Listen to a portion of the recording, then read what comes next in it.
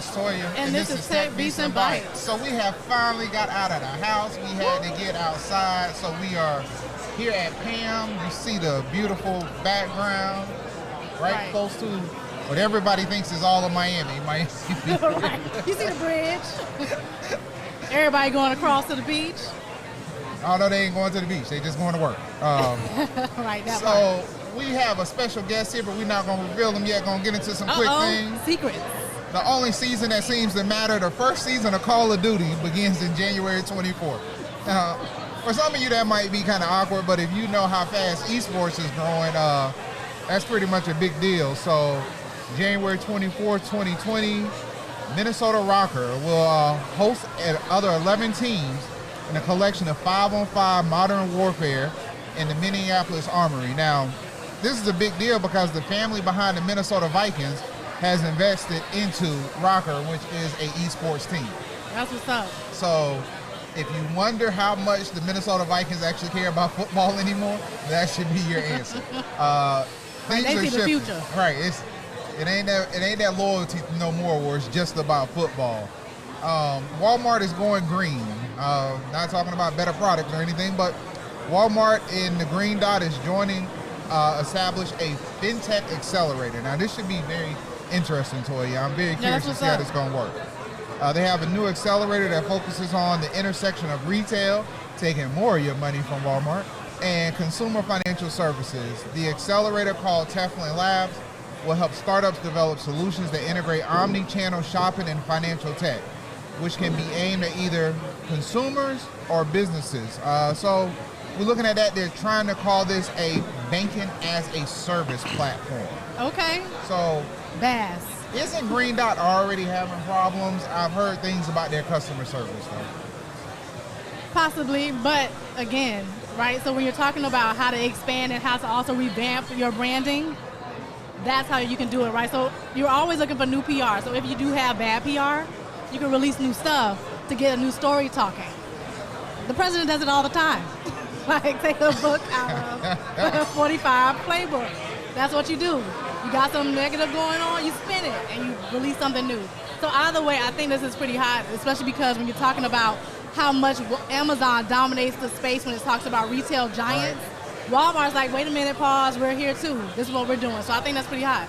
But just remember, Green Dot will still have no banking platform, so you will still be paying for ATM and you will have difficulty finding any free ATM machine if you're pulling out cash. But speaking of money and investments, we are going to bring onto the set today, we have our special guest, Mr. Brian Burkeen of Kairos. Brian, how are you doing, sir? Speaking of money and investments, that's nice. I'm going to own that right there.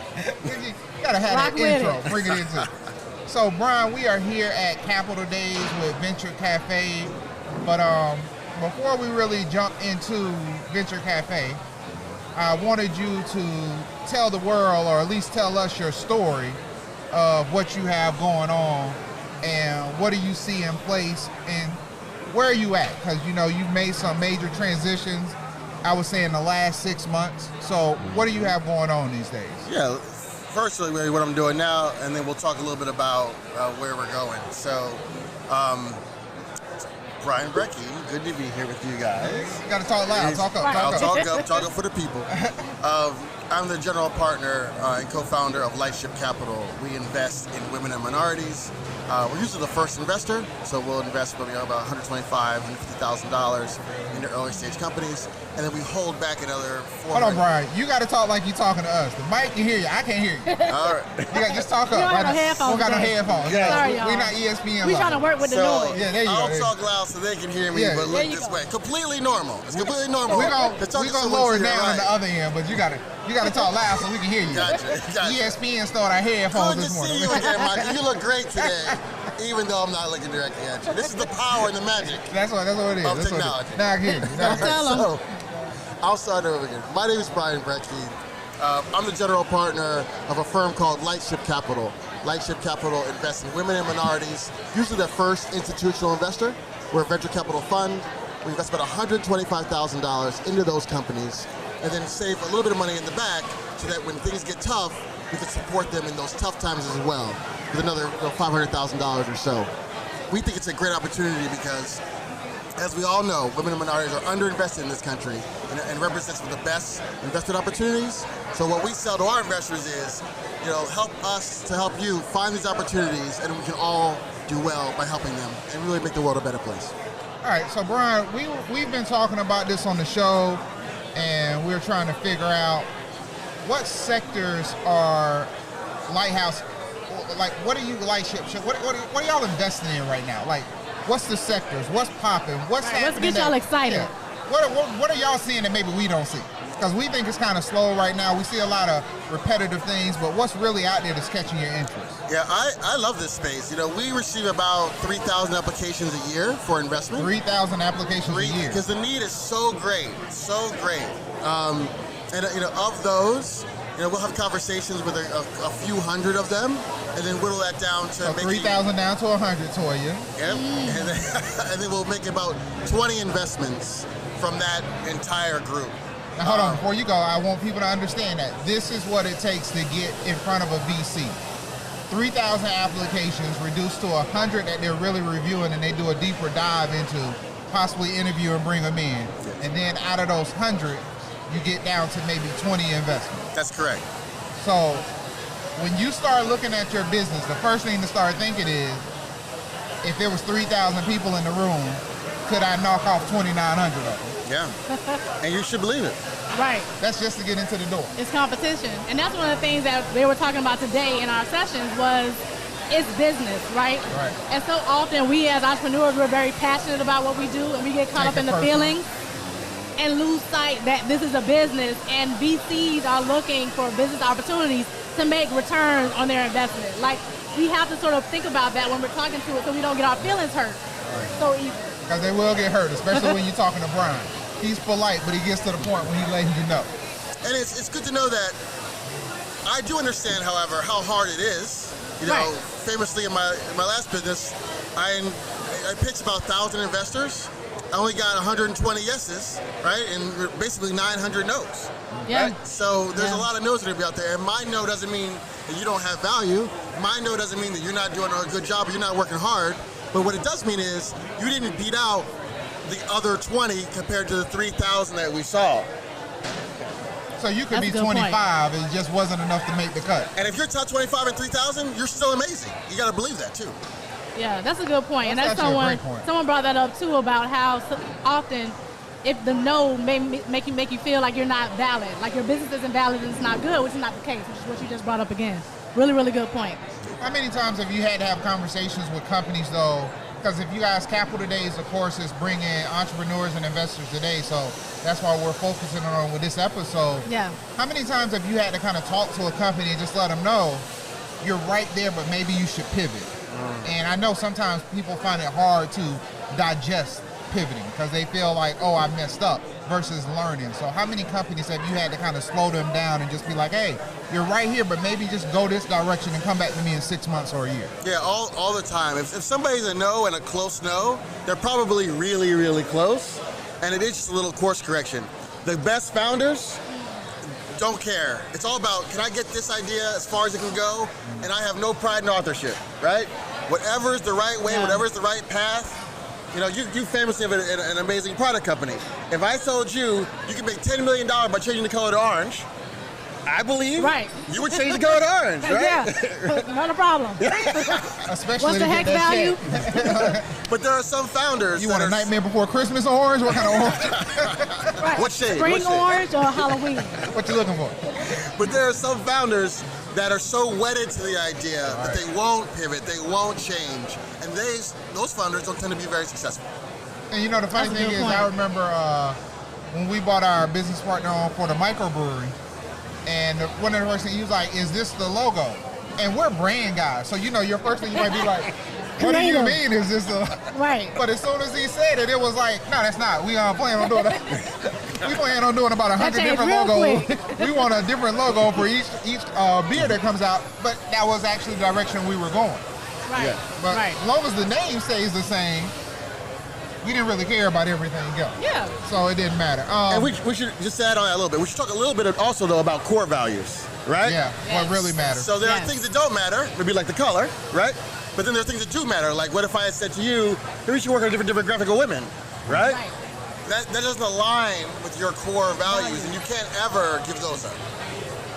I mean, and I think what you're saying, that's important because he wasn't asking us to change the company. But the thing is, he knows a demographic that we're going into a little bit better than us because he's a seasoned DJ. And if this is who we're going to attack, he's already working with Puffy, Nas, and Jay-Z. Right, he's in the space. Right, so I'm not about to argue with that. Brother, whatever this logo need to be to get this beer in the Puffy mouth, whatever. Trust the expertise. Okay, what it is. Listen. As long as it's called Timeline at the end of the day, that's all I matter about. One of the other things, Brian, I've seen a lot of people do, especially on stage when they get that, I would say, on-the-fly moment, a lot of people don't know their numbers. A lot of people, and I've seen some of you guys, and you just asking for a number because it sounds good, but you don't even know what equity will come with that, what the return would be, what you're even using the money for. How important is it for people to understand? Like, I know Toya, if I ask, actually, right, see, we're going to do this as an example. Toya, what's your ask right now? What's your numbers? What are you looking at? For the people. There you go. See, 125. See? You just got to know. And I can tell you what it'll be used for. So marketing, product development, and then team, right? Because right now, I'm using a lot of contractors. So if I have a team in-house, I can do stuff a lot faster and it'll be a lot more efficient. And not in-house like that, but then I will be able to have them like on a retainer. So I'm not tapping, and it's not a delay with everything.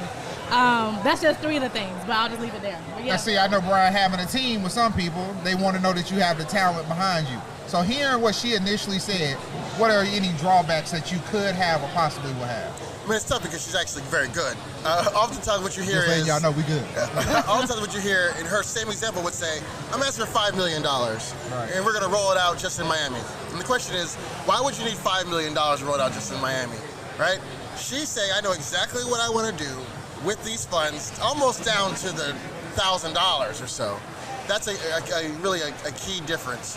One of the things I usually tell entrepreneurs, particularly her product is great, she has sales, she is a talented entrepreneur, is maybe you actually could ask for more. If you could ask for $500,000. Absolutely. And I believe she's open to that as well. Absolutely. And I'll say, like, for me, one of the things that I'm very conscious of is growing in increments, right? So not taking on a $5 million to start and still trying to like figure some things out, right? We're still very new. We're still trying to test the marketplace. So understanding, like, let me take this, use that, flip it, and then like continue the process. And let's talk about what bad investors do. Bad investors, when you're investing, say you have money, they will give her too much money too early intentionally, right? To see if she's gonna burn through it? To see what, and they'll get a larger percentage. Right? So you may say, I like what she's doing. I could really use this for my business, my portfolio company, or something that I want to do. So I'm going to give her $8 million, buy 80% of the company, knowing the $8 million will probably cause her to fail because it's too early, and then take the company and do something else with it that could make me $100 million. So walk off with the intellectual property, some of her processes, her marketing strategy. So that's another thing people aren't weird. Like, sometimes you do need to pace yourself and take it slow. So you don't lose too much control too soon or too early. Yeah, because they'll spend the time smiling in your face. We gave you a check. You must, we must love you. And really, they're making plans for your business out after you're gone. I'll never forget, I was watching something and the guy said, well, they called us to buy the company for $3 million. And I said no. He was like, why'd you say no? It was $3 million. He was like, because if they wanted to buy it for 3, that means it's worth 6. I should have got 9. And I was like, man, like, that's one show. I keep telling people, you want to know the hustle of a lot of different games, Ballers was a great show because it wasn't just about football. No. The Rock was talking about cultural differences. They went into podcasting and esports, investment. It taught a lot about how to do business in general. And to me, I feel like that's Dwayne Johnson in general. Yeah. That show fit his personality. Yeah, no, he's totally multifaceted and streamlined when it comes to his tech. So another thing that I wanted to know is knowing your ask. One of the bigger things that I see a lot of people with, and this is not just the numbers, this is like sometimes the ask needs to be that mentor. The ask needs to be a part of the company because being a part of that company will help you grow. A lot of people, all they do is ask for money and it doesn't seem personal enough to an investor. How big is it for someone to know your background, Brian, and to say this is the advantage you feel that they will offer to the business? Like, what does that matter to you as an investor? We just approved an investment into a firm called WeatherCheck. It's based in Kentucky. It's to help property owners identify hailstorm damage, either that you had it already or that you're going to get in the future using an AI model. Okay. So the company's doing very well. It's millions and millions of revenue. And they're taking an investment from us, not because they need the money necessarily, but also they just need the connections, access, an AI person to help them kind of path that route. Now that things are going really well, how do we grow successfully and safely so the founder is able to keep as much control as possible? And I think our firm is known for that, for being founder friendly and helping people navigate the venture capital world. And I think that's another thing, relationships mean a lot. Like one of the things that Tony said when we were at Black Men Talk Tech, advice becomes money, money becomes advice. I've shortened it what he went through, but sometimes you can't always ask for money. You got to see value in the people that you're partnering with.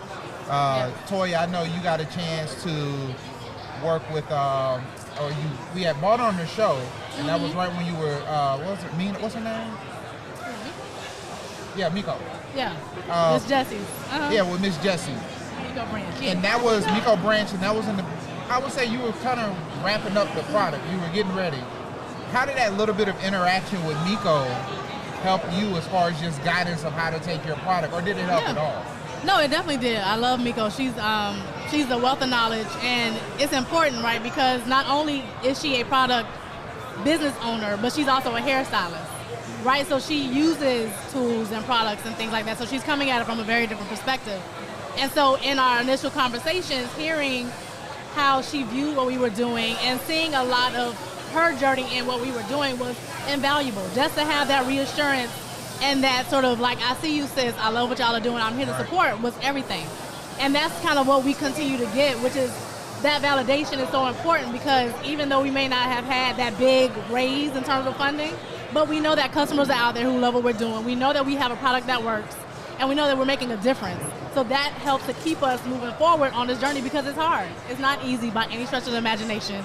And you always need to kind of check back in with your core value to make sure that you're always staying in line and in tune with why you started the business in the first place. And I would say that goes with gaining interest with facts. You know, you don't always, and Brian, you can correct me if I'm wrong, it may not always be sales, because we've seen some companies make great raises pre-revenue.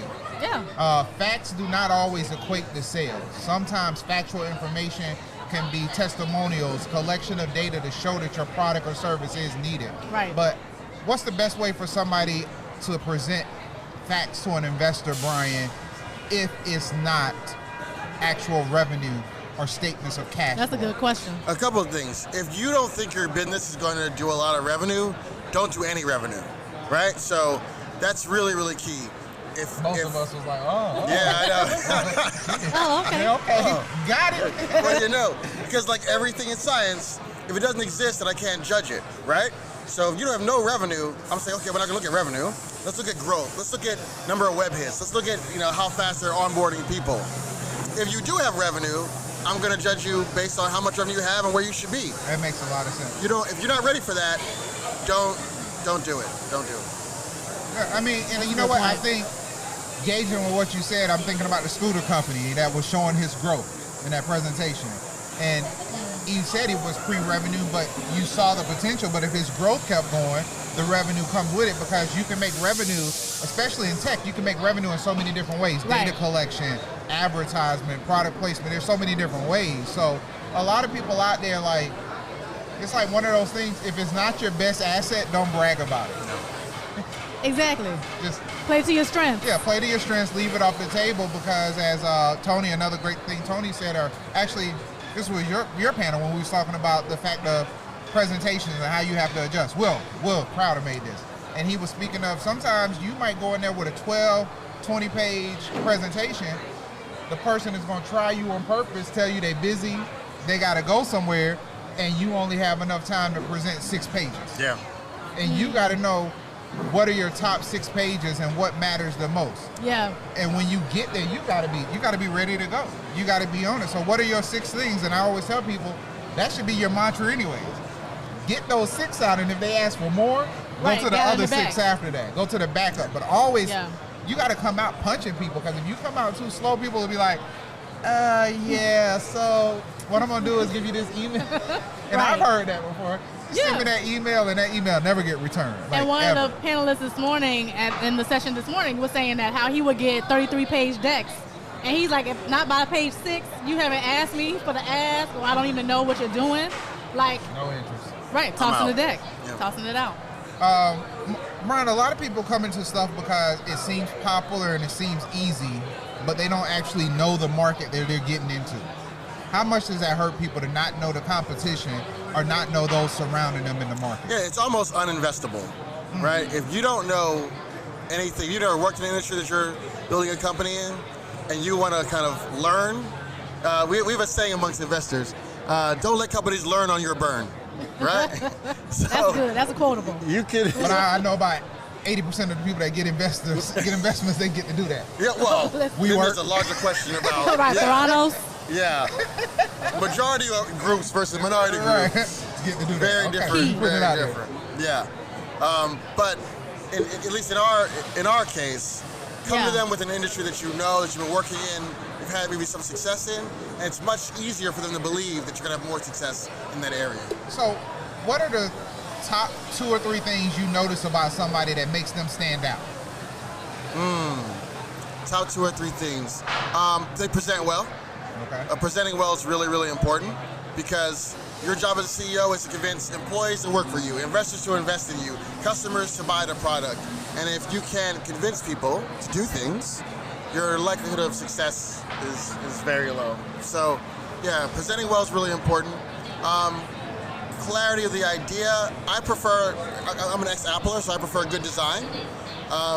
When I see a deck that is not well designed, it means almost like either you don't get the importance of design, I tell people that all the time. And if you don't understand the importance of design, how are you ultimately, in this world, in 2019, how are you going to deal with everything? How are you going to be successful compared to your competitors that use better design but worse product? They'll beat you. Well, Brian, we don't want to keep you too much longer for Capital Day, since you are an investor here. Exactly, you got to mingle. You got to go mingle and give up some of that money. So we want to thank you for your time. Can I offer a plug? Yeah. So if you have a company and you're a woman or underrepresented minority, please apply for investment at lightship.capital, and there's an apply tab. Open to everybody. We intentionally didn't make it like know someone that we know, because oftentimes minority groups don't have those networks. So you can come to our website, apply, and we'd love to look at your business. Plug it one more time, because we're going to put it in the bottom. We're going to add it into the comments. Yeah, right at the bottom, lightship.capital, and then on the apply page. And also follow me on Twitter. I need more followers. Brian, at Brian Brackeen, Brackeen. And I'm going to say this, don't just follow Brian for the money. Brian has a lot of knowledge and a lot of experience, and he's went on a very dynamic journey in the last year, so he knows people. And like he said, sometimes you're investing in the people for the relation. Brian is one person I've never seen keep his black book closed and not be willing to share a VCF or tell you, call this person, because I can't help you, but I know they can. Right. So he's good for that, so make sure you guys reach out. Thank you, Brian, for your time. Thanks so much. Bye, guys. So guys, it would do us wrong if we didn't talk about art while we're at PAM. Brian has worked at the Met Gala. Come on over. Because while Dante has us on two frames or whatever, he's going to have to focus you in because you're a little shorter than Brian. So I call her DC. Miss Carrington is just one of the very dynamic people in the art world, and Toya knows her. We know her. We've seen her in the community. She's done some dynamic things. She has a organization by the name of Commissioner. There's so much more to her that we want to be able to discuss, but I really wanted to talk about this because a lot of people, as we've said it on the show before, art is your oldest cryptocurrency.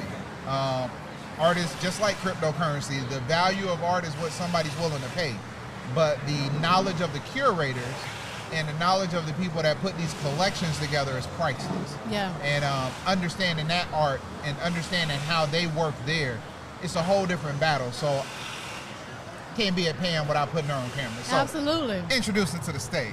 We got Miss Carey. How you doing today? Great. Thank you for having me. Absolutely. This is beautiful. Thank you. Yes. We try to do it, once we get our space, we'll be able to right. Pimp it out. A little bit different. Right. We'll have drinks and everything. We definitely normally have some kind of beer. But why don't you give us a little brief intro, because we know it, but our audience may not know it. Tell us about Commissioner, how you got it started, and the direction you're going with it. Well, I'm the co-founder of Commissioner Rebecca Monson, who you may know from Where By Us and The Nootropic. We work very closely together. And the idea came about because we wanted to know how we could make art collectors out of everyday people. I think art touches us in so many different ways, but most people don't know how to buy it. They don't think they have the funds to buy it. They don't know how to collect it, and they don't know which questions to ask. And so in trying to dismantle some of the barriers to access, we created an art membership program that brings locals together with Miami artists, gets artwork in their hands, teaches them, brings them to studio visits, and essentially creates the programming and the kind of knowledge that they need to be able to continue along their journey. So where's most of the art coming from that you guys are kind of commissioning? Are you actually commissioning the work? We are commissioning the work, and that's Okay, part of the that's beauty, cool. right? And that means that you won't be able to go into a museum or into a gallery and buy it for that price. Because we've got the power of members and the power of people, we're able to pool all of the membership dues that we get through our program to really create a sizable commission for the artists. And so we work with artists who are able to create in multiples. Maybe that's collage, creating a different variation for everybody. Maybe it's a limited edition photograph. Maybe it's an edition of 5. So we're always thinking about artists who are able to create for 40 to 50 of our members. And the way that we think about the artwork or the artists that we select is with our primary gallery, our curatorial partner, but they're not necessarily represented by primary. All we care about is that they're Miami artists, that the art is excellent, there's real artistic rigor, there are great ideas behind it, and as much as possible we try and give our collectors many different mediums. So we want to go from collage to sculpture to photography. So at the end of the season they have 4 pieces that look nothing alike, that come from 4 different perspectives, but all have the palette or the feel of ideas that come from Miami. So when you say Miami, are we thinking Miami proper, or are we thinking the universal way people look at Miami, right, which is South Florida. Palm Beach now? I mean, how are we looking at Miami? Right. I would say the conceptual Miami. Okay. Miami-Dade is where all of our artists are from, right? But Miami is not always a place, but it's an experience. Absolutely. South Florida is Miami to a lot of Yes. people. Yes, I Exactly. agree. Absolutely. Exactly. So we know one of the main advantages getting the 4 pieces for your I would say your premium membership, but we've talked about this in theory before of how Right. you can shift money Yeah. in art so you guys are actually primarily starting a shift that most people don't see, because you're commissioning a piece from an artist. With the respect you have as a curator, you're able to denote a higher value to it from the actual curation. So are we seeing our next Sotheby's come about with commission? Hey, Is better that what we're speak seeing? it. Hey, you never know, but one thing that we will do that Sotheby's won't is we'll make sure if ever it goes to auction that the artists get a piece and get their due. Because So that's, better than Sotheby's is what you know, Right. way better. Really, Right. I think the value comes with people, right? Yeah. So there's 3 ways that you can think about building value for artwork, right? It's like, where did the artist go to school? That's often one of the qualifiers. Who's collecting their work and who's writing about their work? Well, now we know that the educational system isn't the end-all be-all to success. There's a lot of outsider artists, but even forgetting about that term, right? We know so many artists who aren't classically trained, Right. who are doing very well, and people are getting better at noticing and connecting with what they like. They're buying according to their value system. So if you're an artist and you're able to bring together 5 of your friends who are in your same income bracket and instead encourage them to buy the artwork or invite them to dinner to meet the artist and create that connection, and then maybe one of those people is a journalist with the New York Times or the Miami Herald and they write about that artist. Really what we're thinking about is how you build value using your community and your network. That's awesome. I like that. That's awesome. And it's funny because since we're over here in this space and you know where we used to live, Right. that was one of the things that we wanted to do. We ended up moving before we did it. But I like that idea, right, of how bringing community together around art, the conversations that can happen out of that, and the wealth building that can happen from the collectiveness of people coming together and choosing pieces and saying, I want to support that artist. I want to see him. You're putting our power behind it, and it's not a top down anymore, it's a bottom up. That's right, because that's what cool. galleries do, and that's what art dealers do, right? They come together and they're like, we're going to invest in this one artist, and all of a sudden you see that artist's work at a Sotheby's or at auction. But that can come from many different places, and I'm hoping 10 to 15 years from now, each one of us will be able to own work from the artists who were here creating in our community and say we had a piece in supporting their journey, because before they get to that end point, they're going to need the time, the money, the space, the support to grow. And so we should be their foundation so they don't ever feel boxed in. And I'm not closing with this, but I do want to make an important. I think this is one of the organizations where it's better to support it versus to try to build around it or compete with it. Yeah. And the reason why I say it is because I think too many times people see something and it's like, oh, that's a good idea, I'm going to go try it. Right, no. Everything shouldn't be duplicated or replicated. No. Some things you should just be like, how can I support you in the best way possible? Or how can I invest? How can I become a part of this? Versus, because if you replicate it, you automatically water it down too fast, especially if you don't know what you're doing. Right. And again, because of your background, your expertise, that's an understanding and something that you bring to the table that just a layman wouldn't necessarily have. Right, because she's respected in the room. So if she's going to walk into the room, and we're not trying to, I mean, we will say this whether you were here or not, but because I'm wondering how, I don't see you having a rejection of the Basel community. And I will say that I've never seen you code switch, but I've just seen you fit every code. You're always authentically yourself, but you just cross boundaries very simply. So how has the reception been? Because, I mean, you guys are almost on your 1 year anniversary, right? Well, now we're in season 2. Oh, see? But I think the reception has been incredibly positive because I think people want to be involved. I mean, dealers are thinking about this too. They're thinking about, does the brick and mortar space really matter? Right. How do we tap more millennial collectors? How do we broaden our base?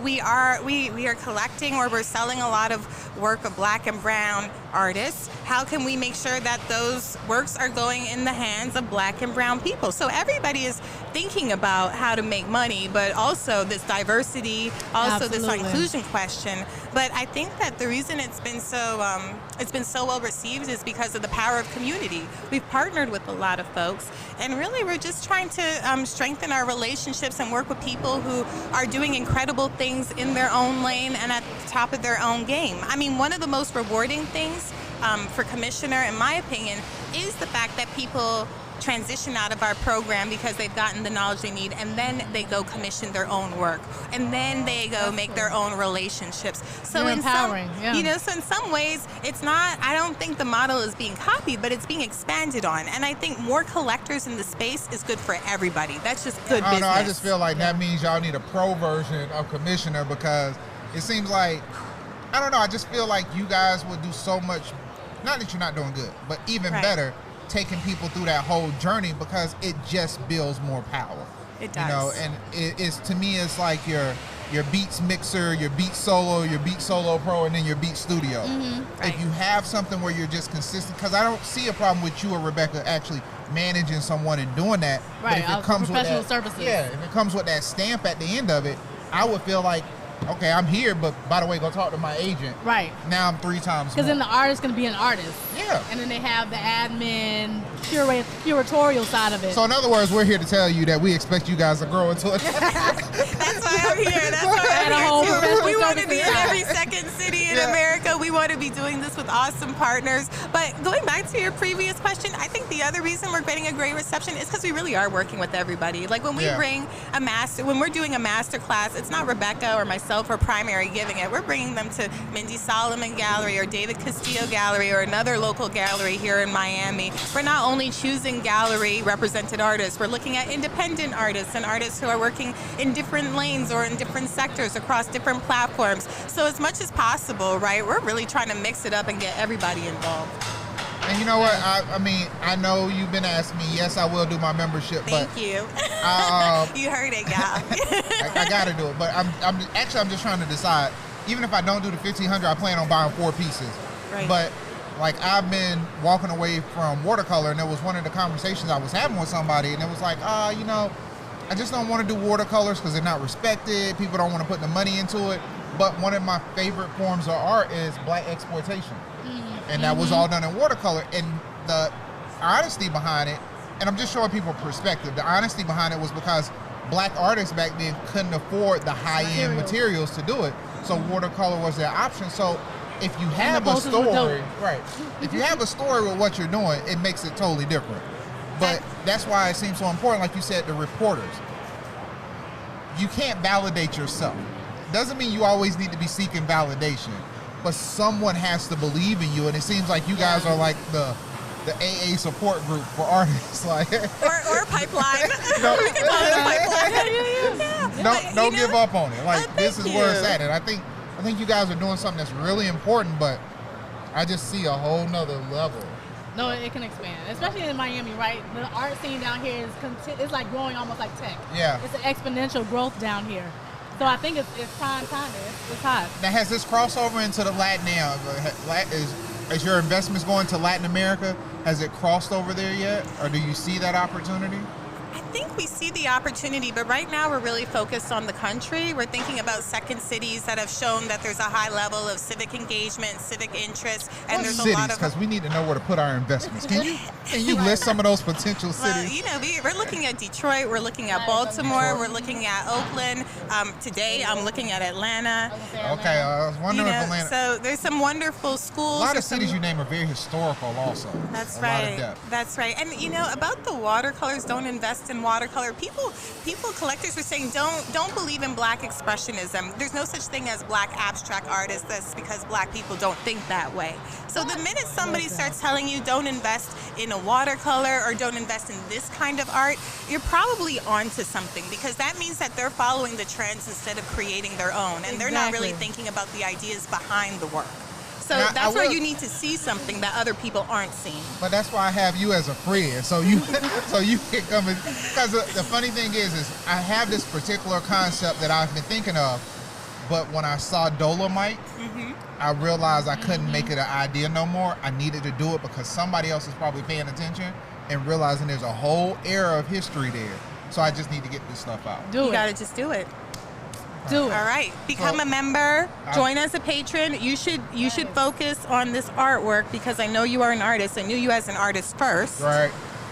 So we all got a lot of Oddly work enough. to do. Oddly enough, yes, that is how you met me. But thank you very much. I do not want to hold you up from the event, but we appreciate you. Can you go ahead and plug your website real quick so we can leave some people there? Sorry, guys, it's live. Yeah. If you can hear it, There's that's noise what it in the is. back. If you can hear me, it's www.commissioner.us. Find us on IG at CMXNR, commissioner.us. Thank you. Thank you very Thank much. you. Enjoy the rest of your day. All right, thank you. So, guys, we have a little bit more time. I think we're at about 40, 45 minutes. 40. So, Cool. Toya, do you want to go ahead and get in these streets? In these streets. So today, y'all, It's okay. We got to switch happened? over. Got to. we're not live no way anyway, right? We can edit it. We about as live as possible. Go ahead. We take that mistake. He got it. You ready? Let's try this Let us again. know. No, we ain't gonna edit this out either. Go ahead. All right. So for today's In These Streets, I'm not doing a funny story like I usually do, but I actually wanted to have a conversation about what's kind of going on today and some of the conversations that are happening. So we're at Capital Days at PAM, and we're talking about diversity and inclusion in entrepreneurship, period, right? We're talking about VC funding and connecting funders with entrepreneurs. And in one of the panel discussions, it was more like a workshop. There was some conversation kind of going on about how minority-owned businesses, and I'm doing air quotes because I'm not a fan of the word minority, feel in the space and the lack of funding and sort of the lack of support that happens within that space. And it was interesting because the room is very diverse. You have black women and men, you have Latino women and men, and then you also had white women and white men. So the conversation was really interesting. And I was just kind of paying attention to the faces and how people were responding to some of the honesty that was being expressed by some of the minority members in the room. And it kind of made me think about like how, when we having these conversations, if those white men, right, because they are often the sort of the talking point when you're talking about funding, if they hear what's being said, or if it kind of becomes a finger pointing thing and they more so feel attacked. And then does that then make them shut off and shut down instead of paying attention and actually seeing that what this person is saying is valid and it's a truth and it's what they experience and how to rectify the situation. So I just wanted to kind of bring that up and have a bit of a dialogue, because as we're talking about funding and the truth about how minority-owned businesses do not necessarily have those connections, right? We talk about WeWork, how he was living it up. Right. Got all kind of funding, exited, and got a fantastic parachute. Theranos, or however you pronounce the business, right? She basically didn't even have the tech that she said she had a whole bunch of funding, and then it went upside down, and then, you know what I mean? But how does that happen? And one of the things that Marilyn, who was one of the Miami godmothers, she brought up is that oftentimes Black and brown business owners come extra prepared because that is how we were raised. We were raised to double the work, to double the effort in order to be seen. And, it was interesting to sort of see the temperament in the room. So I just wanted to kind of open that up as a bit of a conversation. I want you to go back to the older question, but I do want to address that, the last one, the latter first. I definitely felt that over-prepared, but I would add to the statement over-prepared and undervalued. Right, which was actually the name of the panel. Yeah, oh, right. It was something like that. So I think one of the bigger things for me is, even now, if you just think about the conversation with Dee,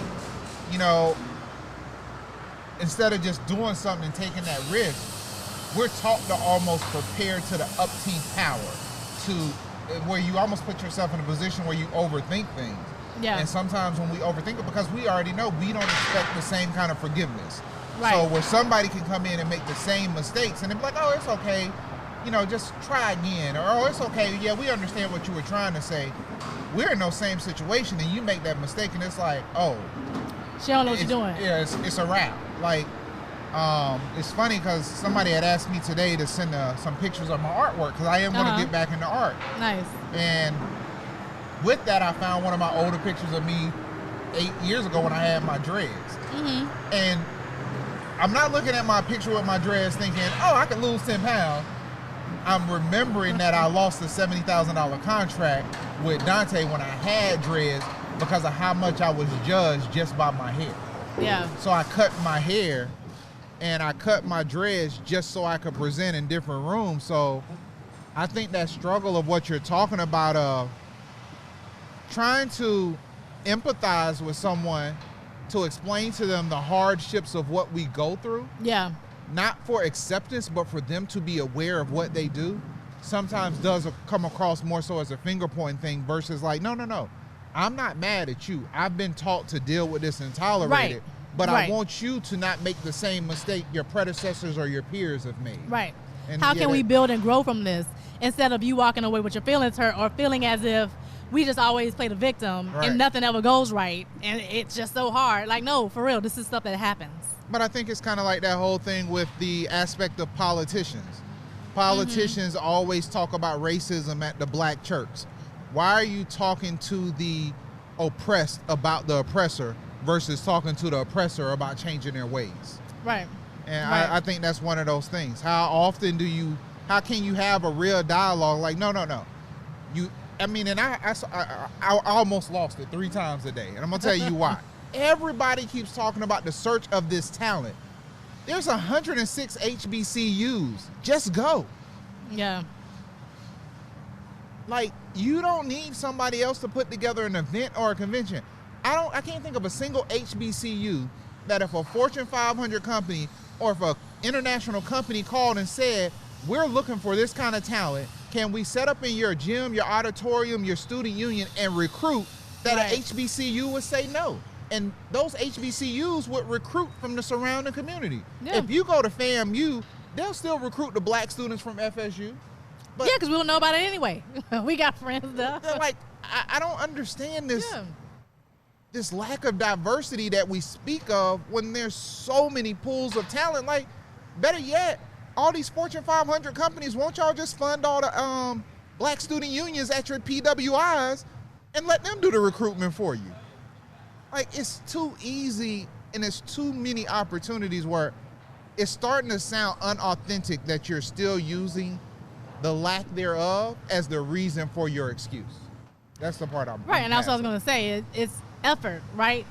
Where's the genuine effort in trying to correct the situation Right. versus putting together a report and then having the task force and then Just go to Right. the school, like, go have lunch with them, sit down. I mean, it's the same people that say they want to, political people, we want to fix the community, but you've never been into the community to see what needs to be fixed. exactly. And a good example, right? So Mark Zuckerberg, of course, was on Oh, Capitol Hill. Lord Jesus. And got his butt handed to him. I didn't see all of it, hear all of it, He got but that was part of it, right? schooled. He came to talk about diversity and inclusion, was not prepared At all. to speak on it, and it's like, but wait a minute, you are one of the richest men in the world.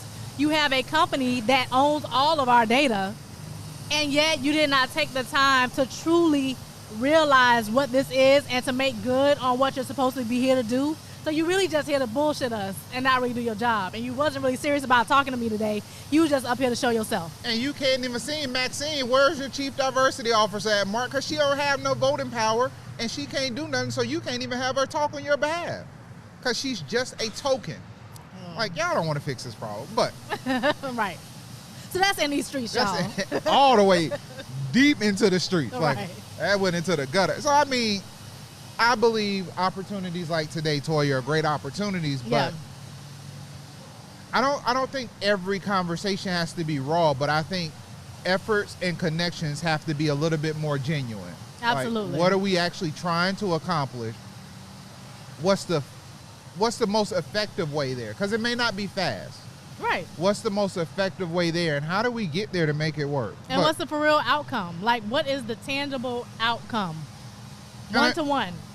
Problem, solution. Make them And- connect. And speaking on Facebook, AOC has been getting into them with the political ads, falsified political ads. Yeah. Mark Zuckerberg, he's avoiding everything. I've just determined this boy don't know nothing. He don't care no more. Mark, like, I got all the money. It's Come just for me if time you for him want to to. clock out. He don't care. We got it, Mark. You good, bro. Keep buying your $120 Pima cotton T-shirts and just let the company go. But with great power comes great responsibility. And granted, Facebook may not be or has become more than you ever expected it to be, but at this point you have to accept the power that comes with what you've built. And you've built this empire, and there comes a lot of responsibility. And right now, at this point, when people can prove from data that you're damaging others, you Right. have to step up and take that responsibility and have a way to fix it. Bro, you are a tech company that's having to testify in front of the House, like, On multiple occasions. not just once. Like, you have a problem. Right, you might as well move to D.C. at this point. Yeah, diversity ain't even your problem no more. You have a problem with that company. You got to fix it, bro. Like, I hope you got an apartment and you ain't paying Trump when you stay there. But you got to do something, because every time you on TV. I don't even remember Bill Gates being in there this much. No. And I know Or Steve Jobs. Steve Jobs didn't even go. He wouldn't have win anyway. But you got a lot of power. You got to know what to do with that power. Right, Spider-Man it. So where are we at? How much time we at? 40. Okay. So AP Stewart put this in here. When the jackass is used by the donkey to make the elephant mad, only to show how much of a jackass he really is. All right. I didn't want to word it any different, because most people may not know what we were talking about. But if you don't know, we're talking about Kanye West. On the heels of his most recent album release, Kanye West is sharing his thoughts on how the Democratic Party has pimped black people. Kanye has called out Democrats for taking black fathers out of their home, Plan B pills, and lower black votes. I guess, Kanye, you just ignored everything the Republicans have done. Got it. Given that the source of the article is Fox News, one has to wonder, is he being given a used narrative, or is this actually unique? Toya, I think it's very unique. I think Kanye actually believes this in whichever one of his 7 personalities he was in at the point where he gave his interview. And I know some people, I'm not being funny, I've counted, and with analysis, I believe Kanye got about 7 different personalities. Now, he's probably went through them in different phases, which gives us a different music. Yeah, because college dropout Kanye, we ain't seen him in I don't know Forever. how long. So people, y'all keep talking about it, and I just want to make this clear. yes, we need to talk about mental awareness and mental health, but we also need to know who needs to actually get help, and you shouldn't be listening to them for guidance when they may not have the stability behind themselves that they need. Right, or the facts, right? So if you're going to call out Democrats are guilty too, right? They've done some shady stuff over the years. Absolutely. Not disagreeing, but have some facts, right? So Kanye, are you the appropriate person to be speaking on this? Yes, you can totally have an opinion, but when it comes to like writing articles and doing different things, like you gotta kind of like, you gotta kind of maybe use your art as a form to like speak out on some things. Because, through creativity, you have a different license to sort of like, you have creative liberties to do different things. And I think at the end of the day, if you're just gonna be kind of like anti-establishment, then be anti-establishment. All the because way. honestly, both sides play the same thing. And it's just a matter of, if you're gonna go deep with it, there's two sides of the same coin. Right. So what side you gonna play on? So I think he just needs to like take a step back and just kind of refocus again. It seemed like he's skitzing out again. Like, come on back, come back. And also, I'm not going to get into it because we're not all the way live, so our APs can't feed us the facts as we're doing this part. But for all those people that are, just understand why the party switched, why black people went to Democrats. We're not saying at any point none of them were not racist and there wasn't other problems, but just do the research yourself. And also, quit having arguments with only Fox, CNN, and MSNBC. You can go to Senate.gov. You can go to Congress.gov. You can look these things up, and you can look at the debates and the arguments, and you can look up how people have voted in the bills and legislation. Take the time, if you're going to educate yourself, educate yourself with more than just opinions. Some of this stuff is not opinion-based. These are factual, documented documents from our government that is open to the public for you to read. Yeah, and you can make a better decision. Yeah, you're arguing about the opinions, and you're not arguing about the facts, which is why for the rest of the year I won't be arguing with some idiots online about politics, because you don't read any of the facts. I don't like to have opinionated arguments unless I'm drunk or I'm just having a good time. So someone needs to hear this. So I just want to make sure that gets to the bottom, because really, someone needs to hear this. Let it go. I don't care how you take that. I don't care what that means to you. But let it go. Let go of that mistake you made. Let go of that failure you think you had. Let go of that ex that just ain't doing you no good. Let go of that friend that sees no value in your friendship. Let go of that client that didn't see how talented you were. Whatever it is that is holding you back from going to that next level or that next step, just let it go. Because all of us have restrictions. All of us have boundaries, but most of those boundaries are set within our own mind, and they're not actually restricting us. You are restricting yourself. And I'm telling myself that because I need to hear it. You're going to put out something that some people may not like, but you're going to put out something that other people have been dying for. And that may not just be a product, that may not be a service, that may not be a work. It's the other version of you that's trapped inside of you because you won't let the other shit go. Just let it go. Become the person you are supposed to be. Become the person that's embedded in you to make the next version of yourself for this upcoming decade. Don't wait till New Year's Eve. Don't wait till New Year's Day. Don't wait till 2020. Do it this weekend. Do it tonight. Go home, pray about it, meditate on it, do whatever you got to do. But reach inside and just let whatever the hell is holding you back go. Because there's another element of greatness within you that's being restricted because of the weight you're trying to carry. I've said it before, the plane cannot take off when it has too much luggage. You're balancing weight. There's only so many passengers, there's only so many carry-on. And the fancier the jet, the lighter the weight. Ship the shit and let it go. But at this point, someone needs to hear this. You holding on to it, and you keep saying, I'm going to make the change later. You keep saying, I'm going to do this. But you have to understand, you just got to let it go. Because someone needs to hear this. Let's close out. That's Mike. That's Toya. And this is Tech Beats and Bytes.